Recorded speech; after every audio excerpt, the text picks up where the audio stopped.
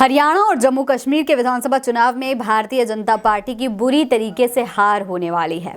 हरियाणा में कांग्रेस जीतेगी और जम्मू कश्मीर में कांग्रेस और एनसी का गठबंधन जीत रहा है। दोस्तों, ये भविष्यवाणी जम्मू कश्मीर के पूर्व गवर्नर सत्यपाल मलिक ने कर दी है। नमस्कार दोस्तों, कुछ ही दिनों में हरियाणा और जम्मू कश्मीर में विधानसभा चुनाव होने वाले हैं, जिसको लेकर के सियासी पार्टियां लगातार अपनी रणनीति बनाने में जुटी हुई हैं।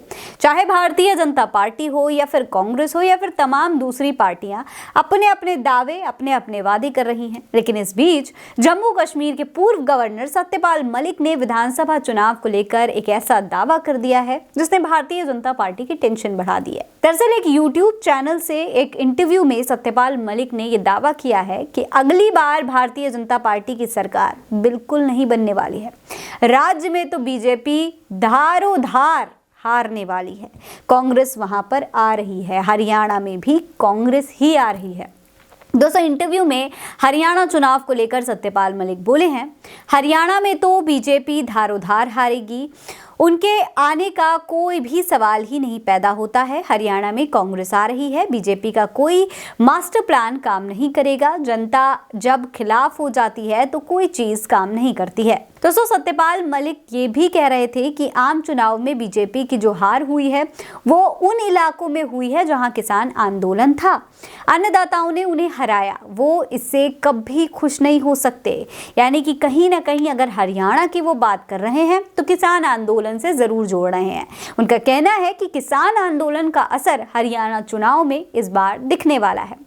जोर देते हुए सत्यपाल मलिक ने यह भी बताया कि इस बार तो भारतीय जनता पार्टी बच गई थी। अगर दो दलों यानी कि टीडीपी और जेडीयू ने समर्थन ना दिया होता तो केंद्र में एनडीए की सरकार भी बन नहीं पाती। इसके अलावा केंद्र शासित प्रदेश को लेकर सत्यपाल मलिक ने बताया कि जम्मू कश्मीर में कांग्रेस और नेशनल कॉन्फ्रेंस यानी कि एनसी का गठबंधन आ रहा है, वही इस बार जीत भी हासिल करेगा। दोस्तों, सत्यपाल मलिक क्योंकि जम्मू और कश्मीर के पूर्व राज्यपाल रह चुके हैं, इसीलिए बीजेपी के प्लान से जुड़ी जो बात उन्होंने कही है उस पर भी आपको गौर करना चाहिए। वो कहते हैं कि हम फिजूल में इनकी योजना को मास्टर प्लान कहते हैं, ये सब मूर्ख हैं, इनसे कोई प्लान नहीं होगा। वहीं प्रधानमंत्री नरेंद्र मोदी के सवाल पर उन्होंने ये कहा कि उनका जलवा अब खत्म हो चुका है, आरएसएस भी उनसे तंग आ चुकी है और वो किसी भी वक्त उनसे कह सकता है कि पहाड़ पर चले जाइए। यानी कि प्रधानमंत्री नरेंद्र मोदी से आरएसएस संन्यास लेने की बात भी कह सकती है।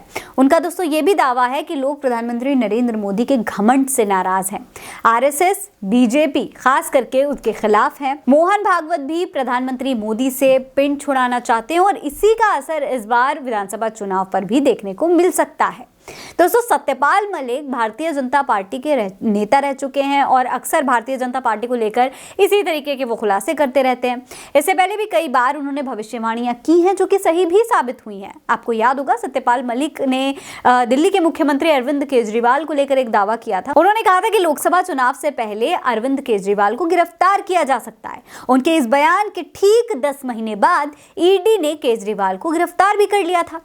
इसके बाद उन्होंने लोकसभा चुनाव के दौरान भी ये बात कही कि भाजपा बहुमत का आंकड़ा पार नहीं कर पाएगी और वो भी सही साबित हुआ। आपको याद होगा, भाजपा ने कहा था कि वो इस बार 400 पार लाने वाले हैं, लेकिन 400 तो दूर की बात है, बहुमत भी नहीं छू पाई थी भाजपा, जो कहीं ना कहीं सत्यपाल मलिक की बातों को सही साबित कर रही थी। ऐसे में विधानसभा चुनाव भारतीय जनता पार्टी के लिए बहुत अहम है। लोकसभा चुनाव में जिस तरीके की भारतीय जनता पार्टी को फजीहत झेलनी पड़ी थी, उसके बाद विधानसभा चुनाव के सहारे भाजपा खुद को ट्रैक पर लाना चाहती है। लेकिन सत्यपाल मलिक की भविष्यवाणी को अगर भारतीय जनता पार्टी नजरअंदाज कर देती है तो उन्हें महंगा भी पड़ सकता है।